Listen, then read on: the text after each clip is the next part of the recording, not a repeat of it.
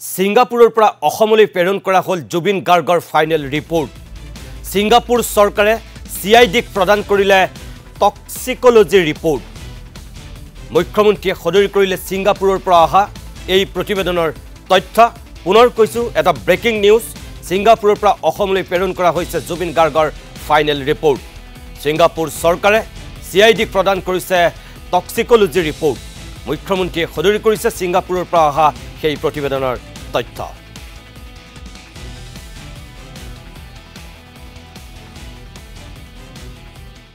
SIT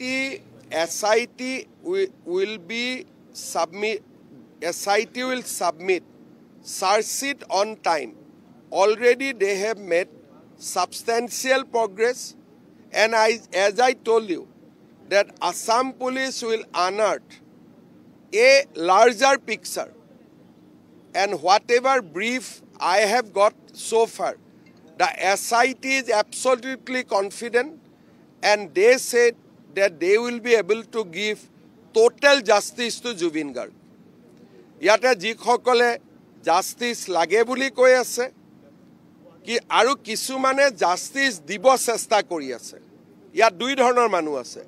Kisumane koi ase justice lage aru kisumane justice dibor karne jua ekmah dhori dine rati nukhua koi chesta kori ase. Gotike ami justice bisora khokole jikhokole amak nyay diar karne jua ema 10 din dhori dine ratiye kosto kori ase, teolukor karne ami prarthona koribo lage jate teoluk sofol hoy. Social media to justice for Jubin Garg likhile to napabo justice dibor karne kunubai dine ratiye porishrom koribo lagibo. Aru SIT team tue সেই পৰিশ্ৰম কৰি আছে।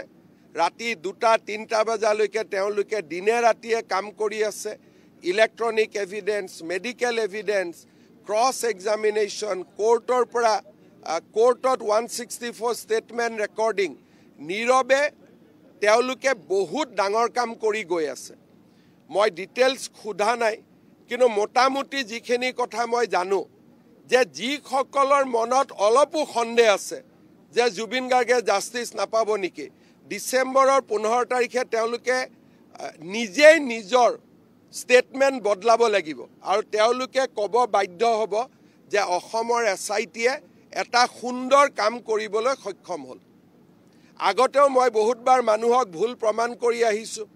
এইবাৰো যিবিলাক political leader Akhil Gogoi type ভাবে যে আমি justice দিব নোৱাৰিম বুলি, তেওঁলোক আকৌ মিছা প্ৰমাণ হ'ব, তেওঁলোক ভুল প্ৰমাণ হ'ব।